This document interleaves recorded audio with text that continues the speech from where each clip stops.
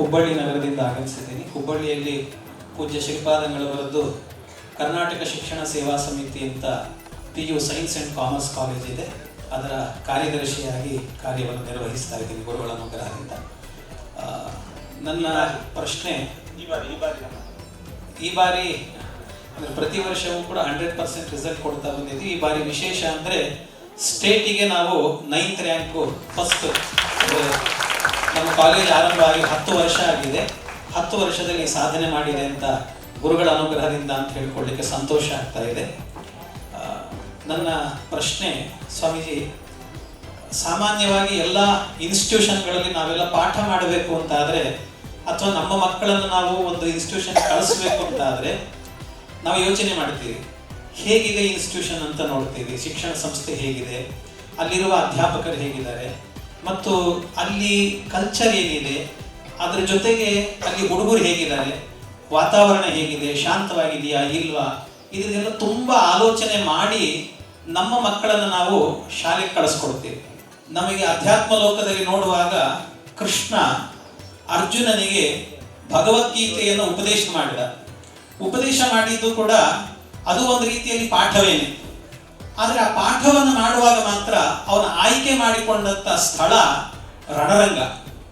ಅಂದರೆ ಯಾವಾಗ ಯಾರು ಏನು ಅಸ್ತ್ರವನ್ನು ಪ್ರಯೋಗ ಮಾಡ್ತಾರೆ, ಏನು ತೊಂದರೆ ಮಾಡ್ತಾರೋ ಗೊತ್ತಿಲ್ಲ. ಅಂಥ ಒಂದು ರಣರಂಗದ ಜಾಗದಲ್ಲಿ ಕುಳಿತುಕೊಂಡು ಕೃಷ್ಣ ನಿನಗೆ ಭಗವದ್ಗೀತೆ ಉಪದೇಶ ಮಾಡ್ತೇನೆ ಅಂತ ಹೇಳಿದ. ಆದರೆ ನಾವು ಮಾತ್ರ ನಮ್ಮ ಮಕ್ಕಳನ್ನ ತುಂಬ ಶಾಂತವಾದ ವಾತಾವರಣದಲ್ಲಿ ಬೆಳೆಸಬೇಕು, ಇಂಥ ಪಾಠಗಳನ್ನು ಮಾಡಬೇಕು ಅಂತ ಅಂದ್ಕೊಳ್ತೀವಿ. ಆದರೆ ಕೃಷ್ಣ ಮಾಡಿದ್ದು ಸರಿಯೋ ಅಥವಾ ನಾವು ಮಾಡ್ತಾ ಇರೋದು ಸರಿಯೋ ಅಂತ ಒಂದು ಜಿಜ್ಞಾಸೆ. ಏನೇನೇನು ಪ್ರಶ್ನೆಗಳಿದ್ದಾವೋ, ಇನ್ನು ಅದಕ್ಕೆ ಹಿನ್ನೆಲೆಗಳೆಲ್ಲ ಏನೆಲ್ಲ ಇದ್ದಾವೋ ಅವೆಲ್ಲವೂ ಕೂಡ ತಣಿಯುವ ಹಾಗೆ ಅಲ್ಲೇ ಉತ್ತರ ಕೊಡಬೇಕು ಹೊರತು ನಾಳೆ ಮಾಡೋಣ, ಇನ್ನೆಲ್ಲೋ ಆ ಕಡೆ ಕಾಡಿನ ಒಳಗೆ ಹೋಗಿ ಮಾಡೋಣ ಅಂತಂದ್ರೆ ಅದು ಸೂಕ್ತವಾಗುವುದಿಲ್ಲ. ಸಮಸ್ಯೆಗಳು ಎದುರಾದಾಗ ಕೆಲವು ವಿಷಯಗಳು ಹಾಗೆ ಏನು ಏಕಾಂತದಲ್ಲಿ ಕಲಿಸುವ ಪಾಠಗಳು, ತಿಳಿಸುವ ವಿಷಯಗಳು, ಇನ್ನು ಕೆಲವು ಹಾಗಲ್ಲ. ಆ ನಿಂತ ನಿಲುವಿನಲ್ಲಿ ಅದು ಅಲ್ಲೇ ಕಲಿಸಿಕೊಡಬೇಕು. ವೇದೋಪನಿಷತ್ತುಗಳಲ್ಲಿ ಕೂಡ ಆರಣ್ಯದ ಭಾಗ ಅಂತಿದೆ, ಅವುಗಳು ಅರಣ್ಯದಲ್ಲಿ ಹೋಗಿ ಕಲಿಸಿಕೊಡೋದು. ವೇದವನ್ನು ಅರಣ್ಯದಲ್ಲಿ ಹೋಗಬೇಕಾಗಿಲ್ಲ, ಜ್ಞಾನ ಮಾಡಬೇಕು.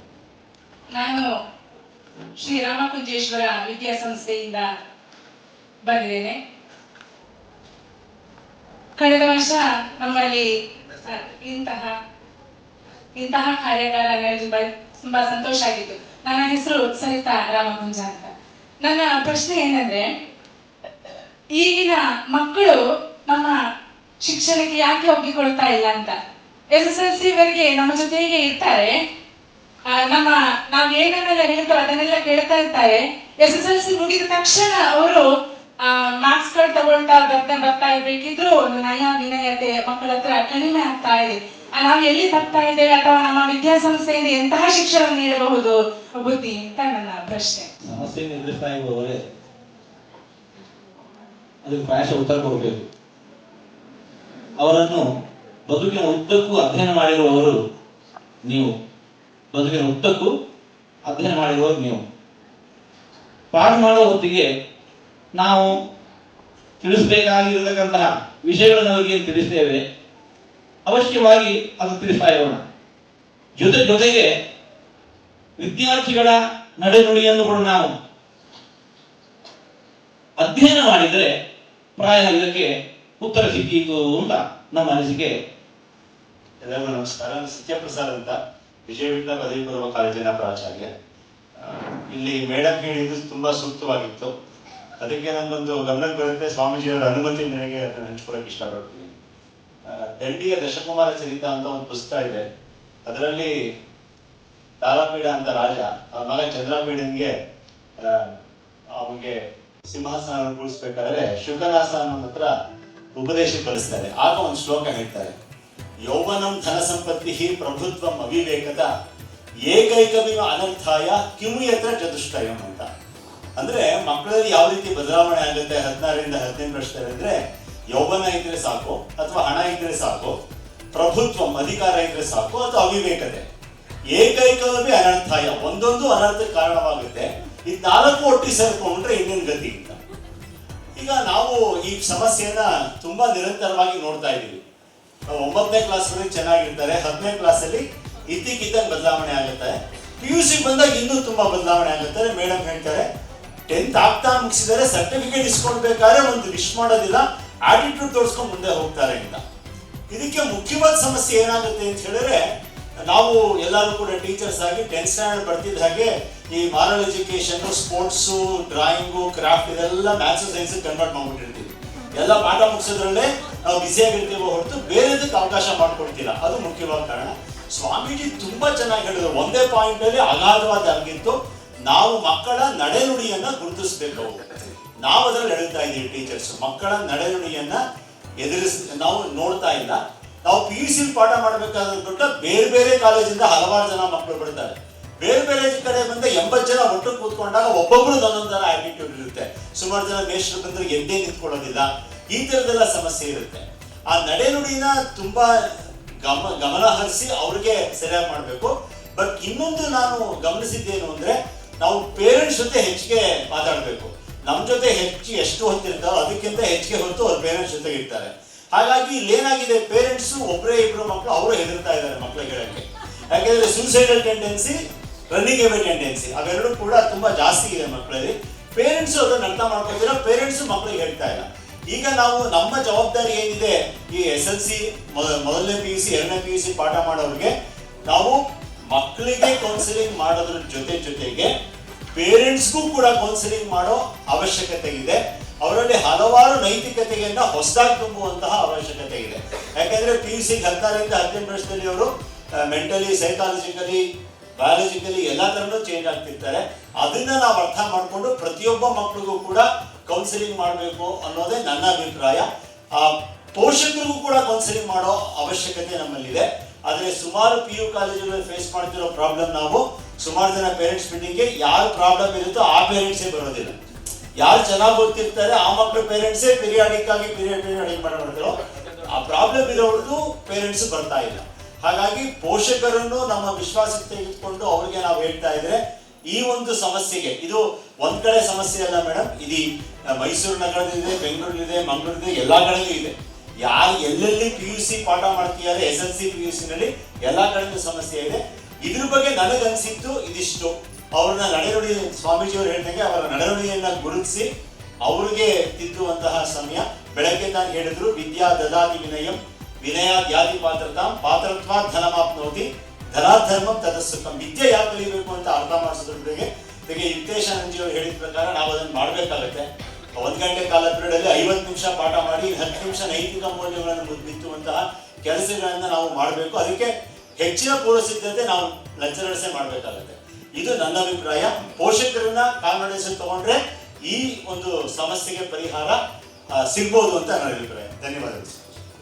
ಅನಿವಾರ್ಯ ಅಂತ ನಮ್ಮಿಂದ ಅವರಿಗೆ ಬೇಕಾಗ್ತದೆ ಆ ಕೆಲಸ ಮುಗ್ದ ಕೂಡಲೇ ಅದನ್ನು ಬಿಟ್ಟು ಬಿಡ್ತಾರೆ. ಇದಕ್ಕೆ ನಾನೊಂದು ತಿಳಿದ ಹಾಗೆ, ನಾವೊಂದು ಕೌನ್ಸಿಲಿಂಗ್ ಅಡ್ಮಿಷನ್ ಬರುವಾಗ ತಂದೆ ತಾಯಿ ಮಗು ಬರಬೇಕು ಅಂತ ಹೇಳಿದ್ದೇವೆ.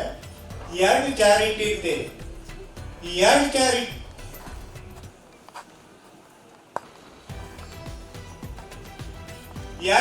ಇಡುವಾಗ ಆ ಮಗುವನ್ನು ಫಸ್ಟಿಗೆ ಬಂದ ತಂದೆ ತಾಯಿ ಏನ್ ಮಾಡ್ತಾರೆ, ಕೂತ್ಕೊಳ್ ಮಗ ಅಂತ ಹೇಳ್ತಾರೆ. ಅವರು ನಿಂತು ಕೊಡ್ತಾ ಇರ್ತಾರೆ. ಇದು ನಾವು ತಿಳಿದಂಥದ್ದು. ಅಂದ್ರೆ ಇದೆಲ್ಲ 1-2 ಮಕ್ಕಳಾದಂತ ಅತಿ ಪ್ರೇಮ ಅಂತ ಬಂದದ್ದು. ಇದನ್ನು ಬದಲಾಯಿಸುವಂತ ಒಂದು ಕೆಲಸ ಆದ್ರೆ ಮೇಡಮ್ ಹೇಳಿದಲ್ಲಿ ನಾವು ಸರಿ ಬರ್ಬೋದು. ಯಾಕೆಂದ್ರೆ ನಾನು ನನ್ನ ಜೀವನದಲ್ಲಿ ಹೇಳ್ತಾ ಇದ್ದು, ನಾನು ಸುಮೀನ ಹಂತದಲ್ಲಿದ್ದ ಮಕ್ಕಳು ಈಗಲೂ ಮುದುಕರು 12 ಮುದುಕರಾದ್ರೂ ಬಂದು ಮಾತನಾಡಿ ಕಾಲು ಹಿಡಿದು ಹೋಗ್ತಾರೆ. ಈಗಿನ ಮಕ್ಕಳು ಅದನ್ನ ಯಾವುದಕ್ಕೂ ಲೆಕ್ಕಕ್ಕೆ ತೆಗೆದುಕೊಳ್ಳ, ಅವರ ತಂದೆ ತಾಯಿಯನ್ನು ಲೆಕ್ಕಕ್ಕೆ ತೆಗೆದುಕೊಳ್ಳುವುದಿಲ್ಲ, ವಿದ್ಯಾರ್ಥಿಗಳನ್ನು ಲೆಕ್ಕಕ್ಕೆ ತೆಗೆದುಕೊಳ್ಳುವುದಿಲ್ಲ. ಆದರೆ ಈ ಬಗ್ಗೆ ನಾವೆಲ್ಲರೂ ಬೇಜಾರು ಇನ್ಸ್ಟಿಟ್ಯೂಷನ್ ಒಂದು ಅಧ್ಯಾಪಕರಾಗಿಕೊಂಡು ಇದನ್ನು ಬದಲಾಯಿಸುವ ಒಂದು ಪ್ರಯತ್ನವನ್ನು ಆಯಾ ಶಾಲೆಗಳಲ್ಲಿ ಮಾಡುವಂತಹ ಪ್ರಯತ್ನ ಮಾಡಿದ್ರೆ ಒಳ್ಳೆಯದು ಅಂತ ಹೇಳಿ ನನ್ನ ಒಂದು ಅನಿಸಿಕೆ. ಎಲ್ಲರೂ ಬಂದಿಲ್ಲ, ಅದನ್ನು ಏನು ಸ್ಟೆಪ್ ತಗೋಬೇಕು ಅನ್ನೋದು ಕೂಡ ಯಾರು ಸೂಚನೆ ಇಲ್ಲ.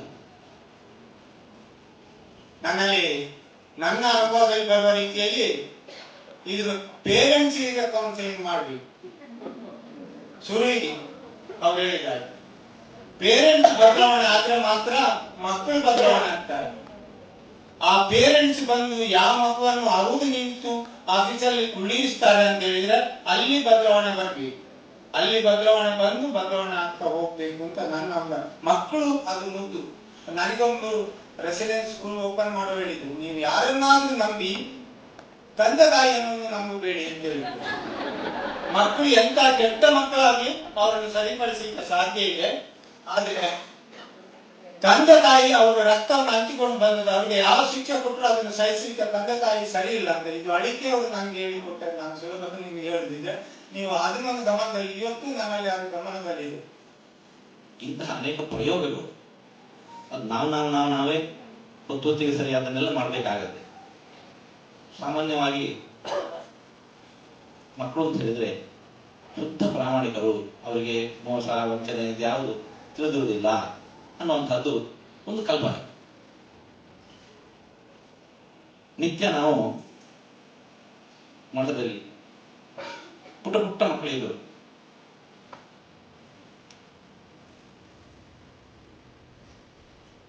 ಬೆಳಿಗ್ಗೆ ತರಗತಿಗೆ ಹೋಗಿ ಮುಂಚೆ ಸ್ನಾನ ಕುಳ್ಳಿರಿಸಿ ಭಗವಸ್ತುಗಳನ್ನೆಲ್ಲ ಮಕ್ಕಳಿಗೆ ಏನಿರ್ತದೆ ಕೊಡೋದು.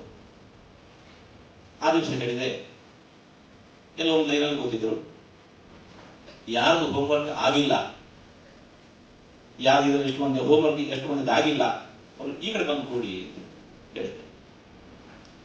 ಆವಾಗ ತಾನು ಹೋಮ್ವರ್ಕ್ ಮಾಡಿಲ್ಲ ಅಂತ ಮಕ್ಕಳು ಒಪ್ಕೊಳ್ತಾರ? ಇಲ್ಲ. ಯಾರು ಕೂತಿಲ್ಲ? ನಾನು ಹೇಳಿದೆ, ಯಾರು ಹೋಮ್ವರ್ಕ್ ಮಾಡಿಲ್ಲಲ್ಲ ಅವರಿಗೆ ಇಡೀ ಹಣ್ಣು, ಯಾರು ಹೋಮ್ವರ್ಕ್ ಆಗಿದೆ ಅವರಿಗೆ ಅರ್ಧ ಹಣ್ಣು.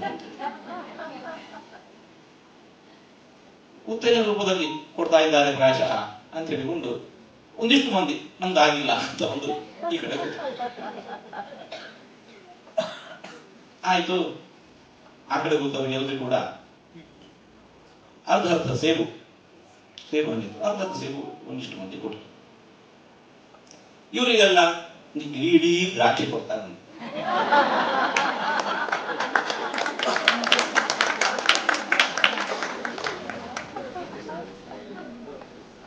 ನಂದು ಆಗಿದೆ ಪುನಃ ಇಟ್ಟುಕೊಂಡು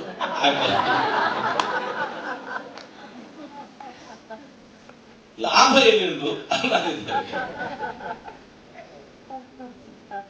ಅವರು ಮಾಡುವ ನೋಡಿ ನಿಮ್ಮಲ್ಲಿ ಇಷ್ಟು ವಂಚನೆ ಇದೆ ಅನ್ನೋದನ್ನು ಈ ಪರೀಕ್ಷೆ ಮಾಡಿದ್ರೆ ಅವ್ರಿಗೆ ತೋರಿಸ, ಇದು ಸರಿಯಲ್ಲ, ಇದು ಸರಿ. ಆ ಹೊತ್ತಿಗೆ ಹಾಗೆ ಬರಬಹುದು, ಈಗಿನೊಳಗೆ ಹಾಗೆ ಮಾಡಿ. ಆದರೆ ಯಾವಾಗ ಇನ್ನೂ ಸ್ವಲ್ಪ ವಯಸ್ಸು ದಾಟುತ್ತೆ, ಆ ಬಳಿಕ ಇವರು ನನ್ನನ್ನು ಇಷ್ಟು ಚೆನ್ನಾಗಿ ನೋಡಿಕೊಂಡದ್ದರಿಂದಾಗಿ ನಾನು ಇವತ್ತು ಇಷ್ಟು ಎತ್ತರಕ್ಕೆ ಏರಿದ್ದೇನೆ ಅನ್ನೋ ಭಾವ ಮುಂದೆ ಬರುತ್ತೆ. ಹಾಗಾಗಿ ನಾವು ಅಲ್ಲಿ ಇದನ್ನು ಮಾಡ್ತಾ ಇಲ್ಲ ಎಂಬ ಕಾರಣಕ್ಕೋಸ್ಕರ ನಾವೇನು ಹತಾಶರಾಗಬೇಕಾದೂ ಇಲ್ಲ.